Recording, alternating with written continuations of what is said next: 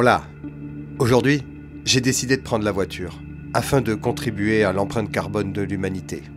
À une petite échelle, dirons-nous.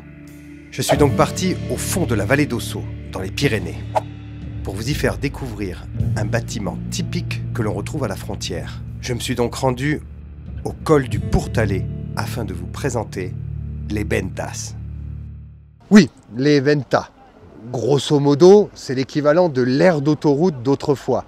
Il fallait beaucoup de temps pour voyager. Donc la Venta vous proposez à la fois de vous restaurer, mais aussi de vous héberger. Avec le temps, la partie hôtellerie, c'est terminé. C'est surtout de la vente. On y vend des produits régionaux en général lorsqu'on est en Espagne. Mais ici aujourd'hui, on va voir que nous sommes dans un endroit assez spécifique. On est déjà à la montagne, une zone très peu peuplée. C'est là où on va trouver plus les Ventas. Et ici, c'est une Venta de la frontière. À la frontière, les Ventas sont le paradis pour nos amis les Français.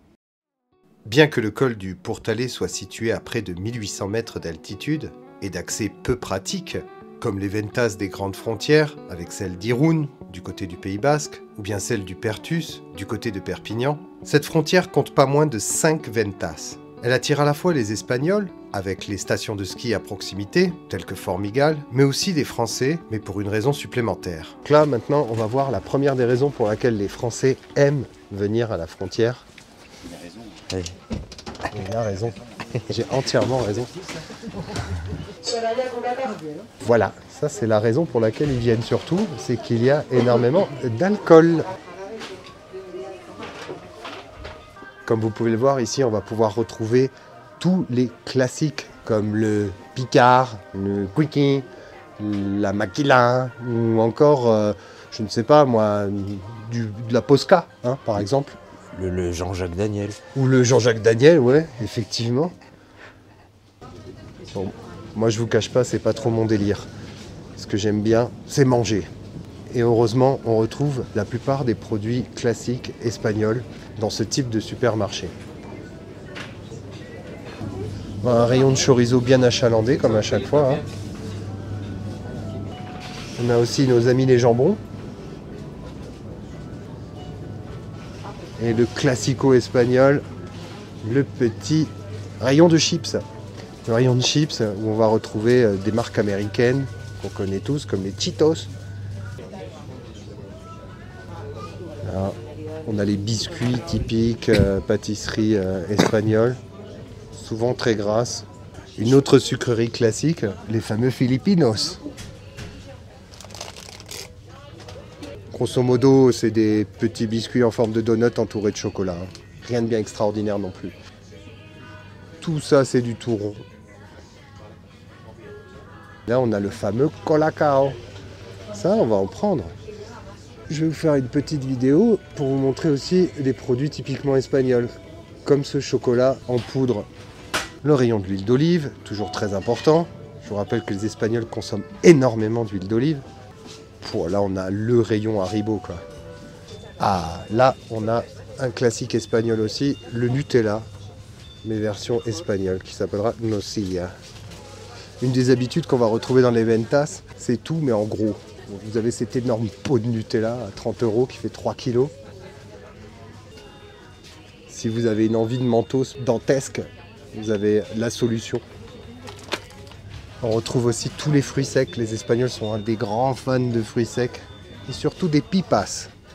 On a le classique espagnol, les fameuses donc pipas. Et ça, c'est la meilleure marque.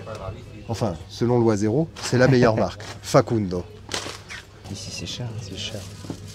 Tu vois, genre les pelotazos, moi j'adore, mais 2,39 le paquet, je vais pas en prendre, tu vois. Ouais, non, ils se gavent. Bah, parce que leur volume de vente principal, ça va être l'alcool et les clopes, quoi. Ouais, c'est grosso modo. C'est ça. On est au milieu de rien. C'est un peu une oasis en plein milieu du désert. Première étape terminée, je vous ai montré un petit peu donc ce qui se passe dans les parties supermarchés donc des Ventas. On peut voir que si pour l'alcool, c'est le paradis et pour le tabac aussi, en ce qui concerne la nourriture, c'est un poil cher quand même. Au final, j'ai quand même réussi à acheter quelques produits qui pourront être intéressants à vous montrer dans une prochaine vidéo sur certains produits typiquement espagnols. Du coup, je vais vous montrer un autre aspect de la Venta, la partie restauration. Et pour ça, on va aller se rendre à la Venta Sancho.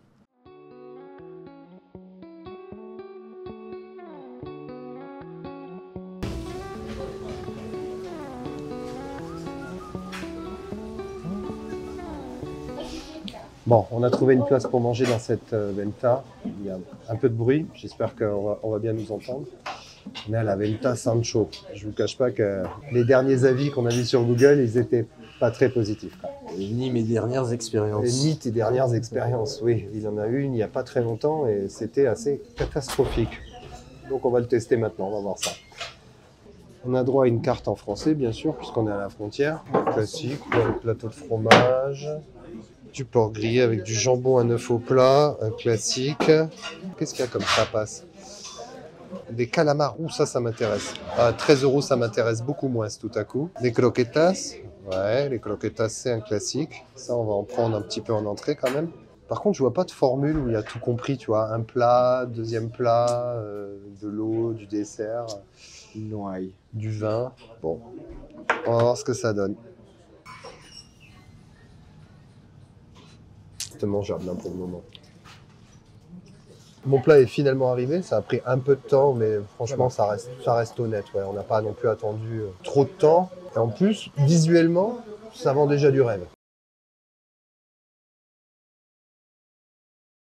Si visuellement, c'est réussi, l'attente, c'est réussi, les prix, un peu chers, mais on est un petit peu en plein milieu de la montagne.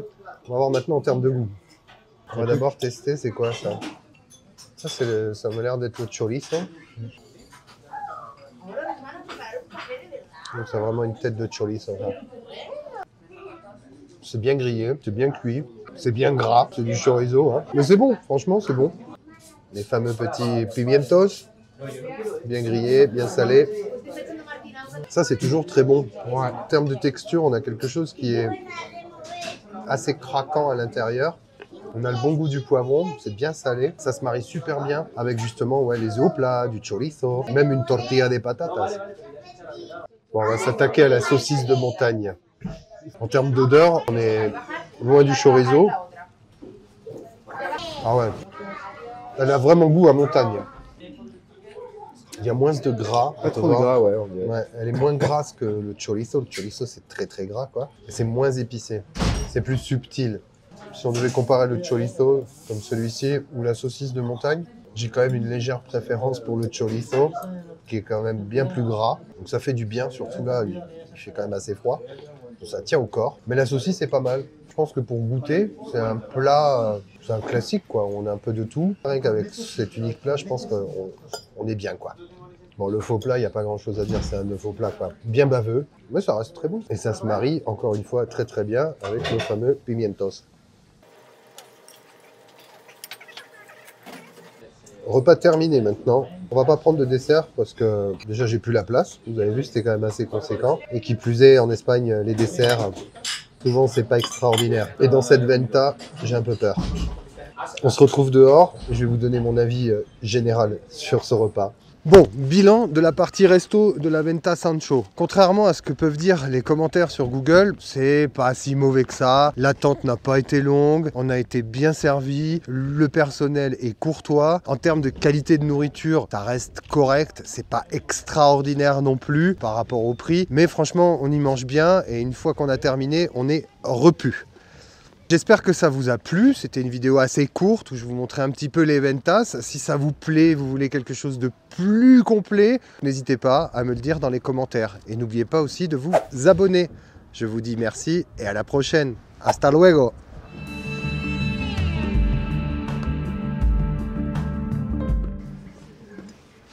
Putain, mais je t'avais dit de pas filmer ça.